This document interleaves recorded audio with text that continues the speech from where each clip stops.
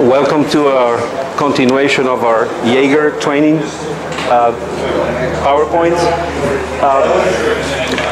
Today we're going to talk about the shuttle program. We talk about Gemini, Mercury, Apollo, and then 1972, the last Apollo went to the moon, and everybody said, now what? And this is what.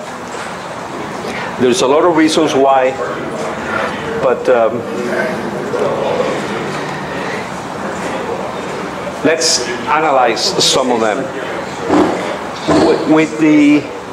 Remember, the person who created the entire appetite for the rocket program in the US was Wernher von Braun.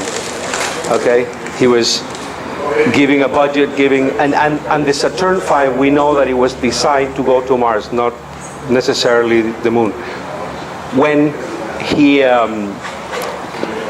they ended the Apollo program and they said we're not going to continue exploring interplanetary, he resigned and went home.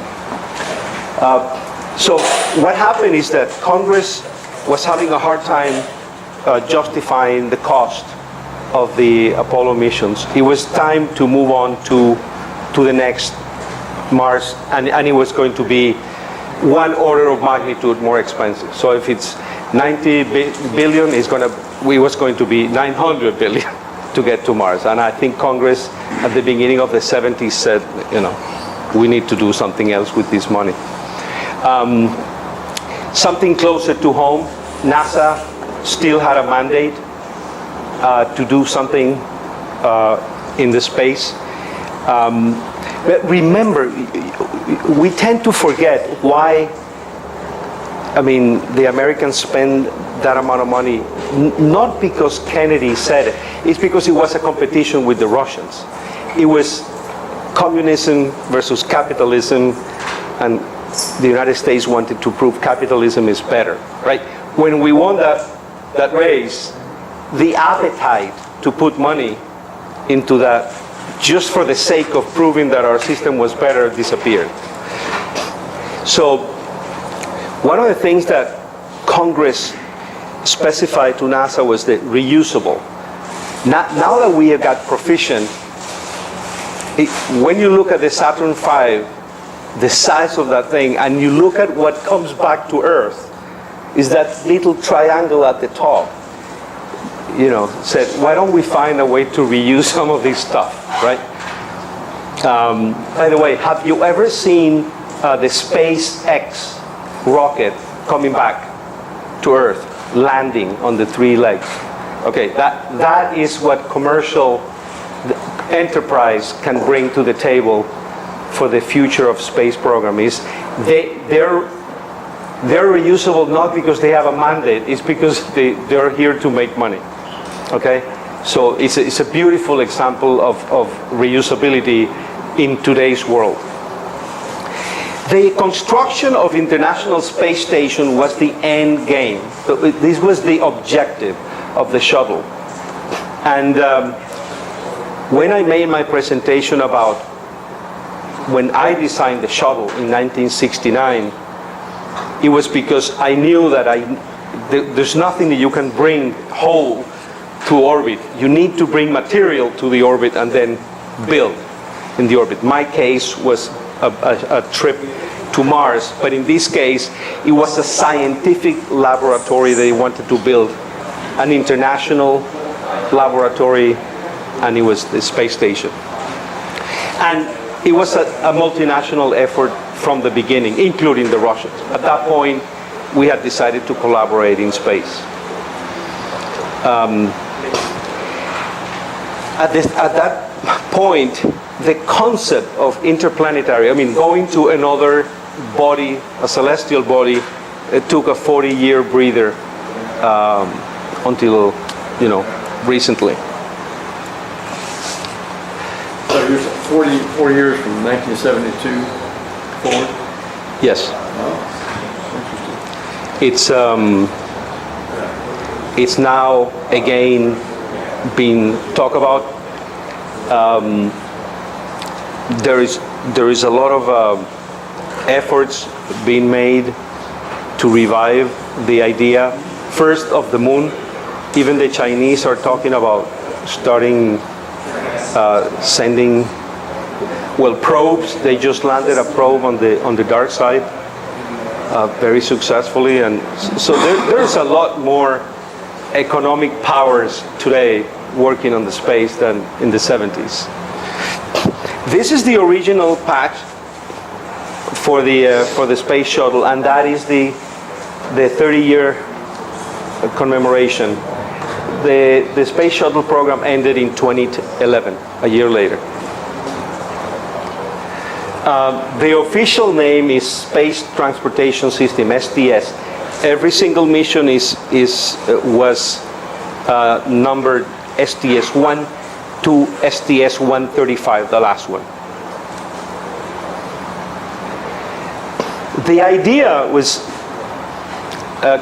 creative in the sense that there were two solid booster rockets, solid fuel, and those two are reusable. They help the shuttle reach a certain height, and then they get deployed and then get recovered, cleaned up, and reused. This orange thing is just a tank. It's fuel for these three engines. And you can see here a little bit of the shadow. These two rockets create such a huge light and smoke that it completely overwhelms the effect of the three. But it was at the end, the angle in which it took off, it was here with the shuttle on its back, because these rockets were, the thrust was directly perpendicular to the ground, and so it flew like this. So the astronauts were actually backwards.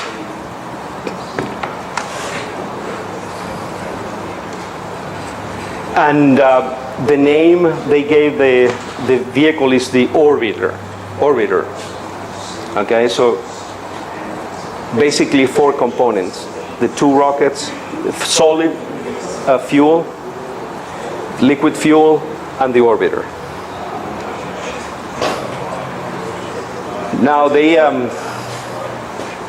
for those of you who don't know, I'm Canadian citizen, so I love the fact that Canada was given the honor to build the arm. And the arm, what it does, it brings the cargo out. And it was a pretty important component, something that I never took into account in my own design. Everything was being done by astronauts, but we're going to talk about it later. It's a very complex piece of engineering, and it was called the flying brick. Steve, what is the landing, the speed of a heavy aircraft? 150? 160. 150. This thing lands at 250 knots. Okay, so it's there's no way. The other funny thing is that the landing here, it's only one way. It's an explosion of a gas, and it just is like boom. It opens. That's it, and you land. It's not made to be retracted. So there's no go around in the shuttle. You just land. You deploy your landing gear and you land. It's glider. Huh? It's unpowered glider. Yes. Yeah. And the flying characteristics are exactly that one of the brick. So this area is where the astronauts live. This is all dedicated to cargo, and there's a little bit of fuel in here. There's nothing in the wings because the temperature it gets so high that NASA decided against putting anything that was flammable in the wings, which I think is a great idea. I think you have a better view. like here the tank, the thrusters, and they have all sorts of small nozzles, which not by coincidence, but the position that I had in my own design was pretty close to reality, because if you think about it in space, you're going to need something that does this, right? This. So you need pitch, roll, and yaw. And you need to have nozzles located specifically in places that allow you to control pitch, yaw, and okay? Any questions about? Yeah, so you do need some fuel. You need fuel for the retro rockets to come back, right? Yes, but it's not located in the wings. Oh, well, That's what I'm saying. Okay. Nothing in the wings. It's all here, okay? And perhaps here. These are living quarters, and all this area is avionics, but nothing in the wings, because it gets in the thousands of degrees. Those are the schematics of the final design. And that is the schematic of the living quarters, the deck, the pilots, and then they had a hole here where they can go down. I think they sleep hanging from hooks. It's a very utilitarian vehicle. It's not supposed to be a long term in the sense of the missions were very specific. Deploy a satellite, bring back a satellite to Earth, deploy telescopes, bring cargo and humans, astronauts to the space station. You know, it was just a working horse. It was not designed for a long-term habitation. And when it was originally designed, imagine how expensive it is to put all that rocket together just to test it. So they designed this 747, they modified a 747, and they designed a tail cone to hide the engines. And the astronauts spent some time gliding. So the 747 brought them very high, released them, and then the astronauts flew missions, practicing, a mixture of simulator with this. And there's a beautiful photograph of that tail cone, okay, that hid the engines. So they actually released it mid-flight? Yes. Wow. Right side up. Huh? Right side up. Right there. They just separated. It's pretty back and the tail. Tail cone drops over. No. They keep it. This is just for testing, for the astronauts to get some flying time. So it's not powered, it's just glide? Yeah, absolutely.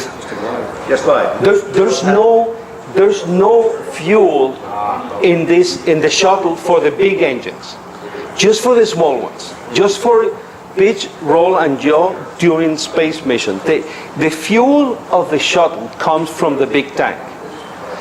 So what they designed this 747 for, and I think they had to go into a very steep dive, right, and then release, okay, because this thing needs way more speed. Minimum 250 knots, right? At minimum, right? Wow. So, yeah, there were. If you curious, go to YouTube. There might be some flights there. I didn't have time to check, but there might be some testing.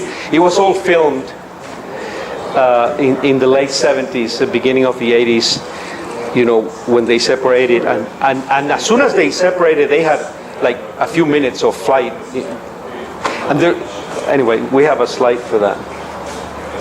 So there were two landing sites in California and Florida, right? So if we landed in California, how do you get the shuttle back to Florida, right? This way, with the same 747.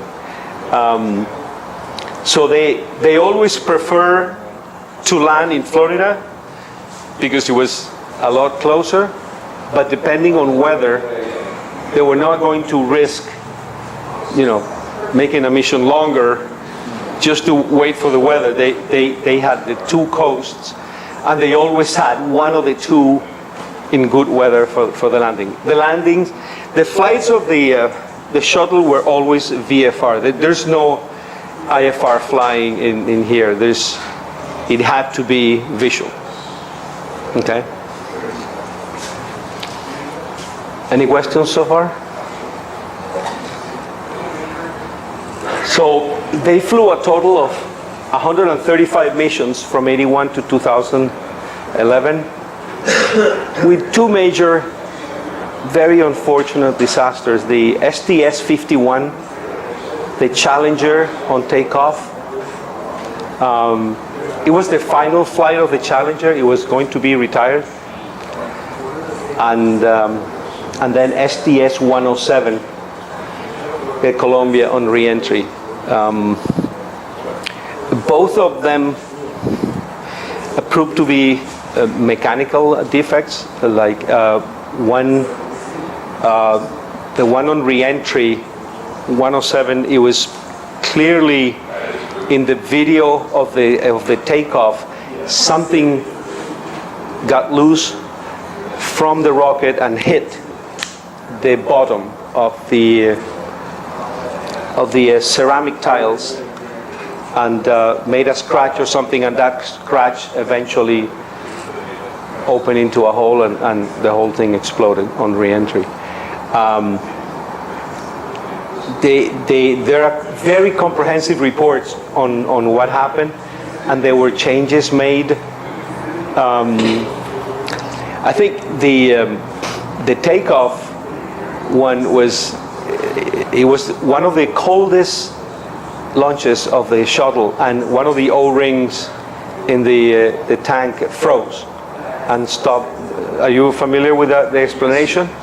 Can you elaborate? Can you help me? I believe it was faulty O-ring. The faulty O-ring. Cooled down too much and contracted, so it let fuel through. It allowed. I believe that's It was a solid state booster, and there was a hole where the O-ring was failed, and the fire was going out of the side of the rocket and hit the oxygen tank, or the fuel tank. Right. And so that's not a good combination. No. A component that was probably a few bucks took care of. No, it was too cold, and one of the guys who knew about it said, "Do not take off because that Right. O-ring is too cold." There was a recommendation from one of the technicians. I remember that, yes. It deployed the Hubble telescope on STS-31, a memorable occasion. And then it has done a couple of repairs. The shuttle went back to the Hubble and replaced mirrors and cameras. Resupplied the International Space Station over 100 times. Launched commercial, scientific, and military satellites. And it was crewed by men and women astronauts of more than 20 nationalities. India, China, Russia, I mean, you name it. Latin America, I think it was one guy from Chile. It was unbelievable in terms of the internationality of it. Now, in terms of these numbers, the total project is estimated to cost 196 billion over a 30-year program. But each launch was about 450 million. If you multiply 450 by 135, you don't get to 196, obviously, but it's the manufacturing and the repairs and the training and the facilities that's not taken into account on each flight. The flight was only that specific flight. So, of course, NASA charged commercial satellite companies money for the launches. So some of that money was recovered through launch fees. But at the end, it was determined that each kilogram, 2.2 pounds, taken to space, it was $272,000 per 2 pounds. Okay? When you say, oh my God, that's Crazy. Well, it's twice as much as Cygnus, which is another commercial launcher, and thrice or three times as much as Dragon, which is SpaceX Corporation. So, you know, SpaceX is still 90,000 for 2 pounds, okay? Like, it's not cheap to take things into space, obviously. But this gives you a comparison of why at some point NASA said this is not sustainable. Okay? Is it any questions? Okay. So what I would like to do now is to talk about the design of the vehicle, okay? In what I call the design challenge. Can you help me with this, Rob? Oh, thank you.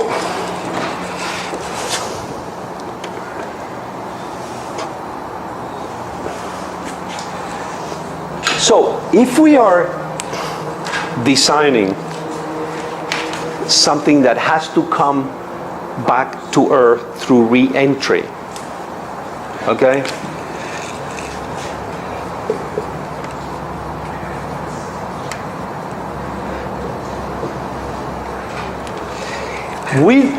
Would it make sense to have a long fuselage, right?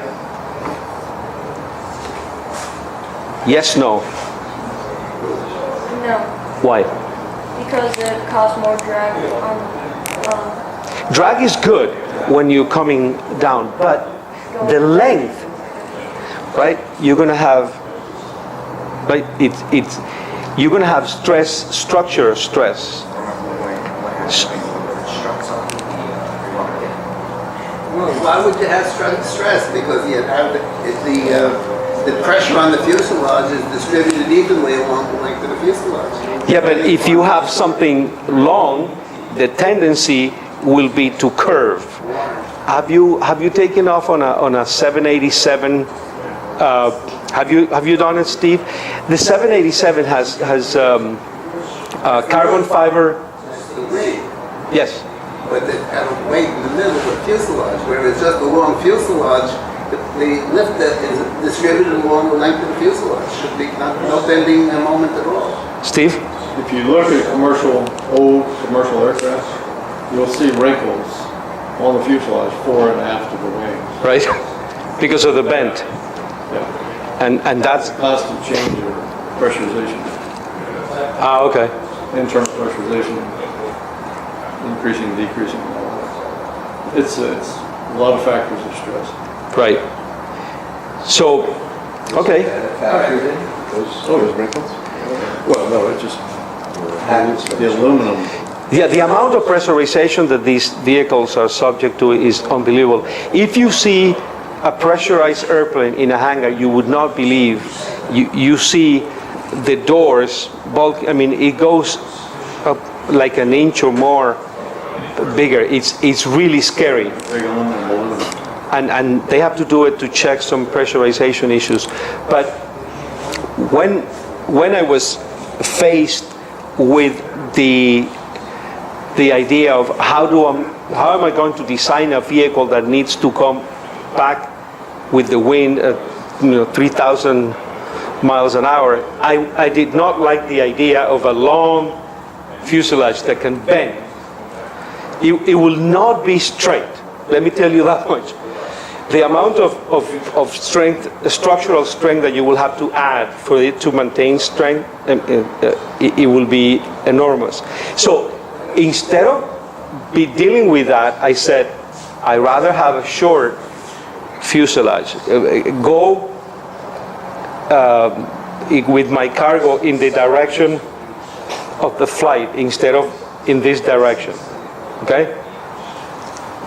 So the wing, will you use a long wing? Why not? Structural stress as it gets longer. Right, exactly, yes. If you have something along the lines, I can hear you. if you have something along the lines of a delta wing, that means it grants you greater control at supersonic speeds. right? So, did you hear that? The delta wind at supersonic speed, yes. But the other thing is, you need to have a surface that is as close to a circle as possible, that is as stocky as possible, right? Everything in one unit. Would you locate the wing on top? Right? Immediately everyone says, no. So, okay, this is a good one. The cargo bay. There are aircraft that open, the nose and the tail, right? And then you have this cone, perfect for cargo. Would that be a good idea on the shuttle? Right? Why not? Because you're weakening the structural integrity of the front and the back. Right. So NASA came up with a solution. They said, we're not going to touch the bottom. The bottom will have this perfect shape, okay, that will offer a nice, smooth resistance to the wind, right? And we're going to open the cargo bay on the top, okay? And they will have the Canadarm that will extract or bring back the satellite inside. That was their solution, and I agree, this is a lot cleaner. In my design, and please remember this is 1969 and I was 14 years old, what I did the opposite. I said it's going to be open from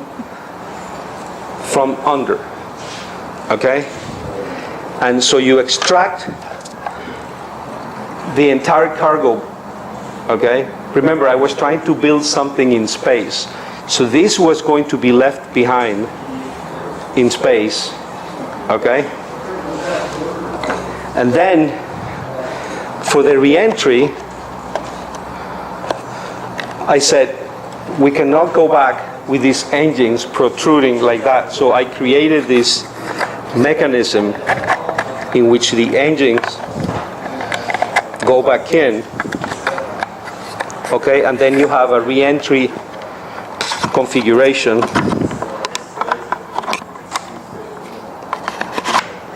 that allows you to land exactly as the NASA one without the engines showing, okay? But this creates all sorts of mechanism and hinges down here that are probably not a good idea. So eventually, a few years later, when NASA disclosed their design, I said, obviously I should have made the opening on top. The bottom's going to get very hot. Yes, yeah. So, but what I'm trying to demonstrate with this is the fact that there are not a lot of different designs that you can reach at with the shuttle, right? They're going to be very similar to this. And the fact that I arrived at something that was pretty similar is constrained by the characteristics of the re-entry. Okay?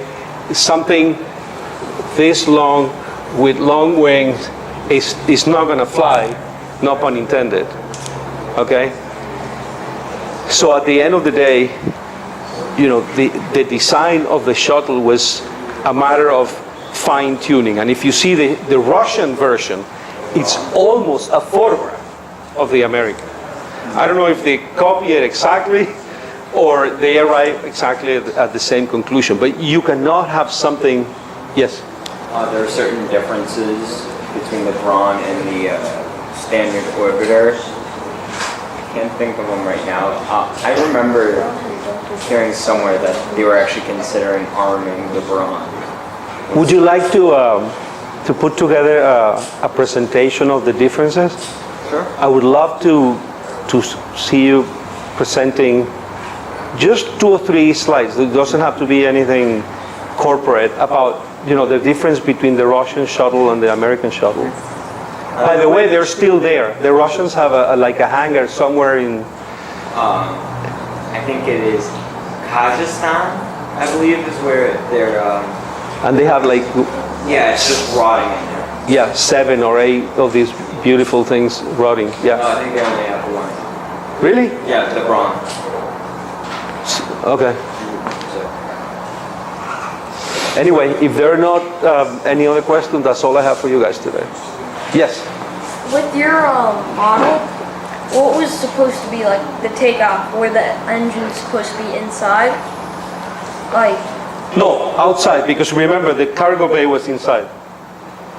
Okay, but wouldn't they get ripped off on going up through the atmosphere, which you still get heat, and that would just rip the engines like right off? No. When the engines are outside, the engines are lifting. The engines are taking the aircraft to space. Remember, in my design, there's no rocket. Okay, in my immense naivete of 1969, I thought that I had enough fuel here to go to space and come back. Okay, that was not part of my calculations. Yes, and if you see the design of the engine, the shape, in 1969, it was when the 747 was shown to the public, and it was the first time that a jet engine had that shape. It was bigger at the front and smaller at the back. Remember that, Steve? Yes. This blew my mind. I said, I want that on my shuttle. It was not a very good design, but it was beautiful. When the 747 came out, and we look at those engines, everybody fell in love with that aircraft. Yeah, the wide part was the turbofan. Yes, And so that was the reason for doing that. exactly. And you were 14 years old at the time, right? Yes. Right? Your age. So it was not rational to have a jet engine, a rocket engine, look like a jet engine. It was not rational, but I said, I love it. Okay? And I said, it's going to be a rocket engine, but it's going to look like this. That was my decision as a designer. And it was not a committee that designed it. It was just me. In my room, in my pajamas. Your idea was that was a high range, and that was how you were going to get up into space? Yes, because I was going to feed that rocket engine with oxygen and hydrogen, the two. But it was going to be a rocket engine. It was not a turbo. What did you call it? A turboprop? Turbojet. Turbofan. It was not a turbofan. It was a jet engine. A rocket engine, sorry. It looks like a jet engine because I fell in love with the 747. That is the explanation for the shape. But it was not intended to be a jet engine. So I always was wondering why they didn't keep the fuel lines connected to the tanks on a tower, so that maybe the first 1,000, it had burning a lot of fuel before it even starts to move. So this way they would keep the tanks full, but maybe the first 1,000 feet. And I never figured out why they didn't do that. No. Imagine if one of those things don't disconnect. They were what? Imagine if one of those don't disconnect. Yeah. It will be, but they separate at the last second. You mean the fuel, the oxygen Yeah. in the tower? Yeah, they disconnect at the last second. You gotta shut it off. You just get shut off. Yeah. Once you already have liftoff, some of them separate at that. Yes? Oh yeah. Yes. Any other questions? Thank you very much.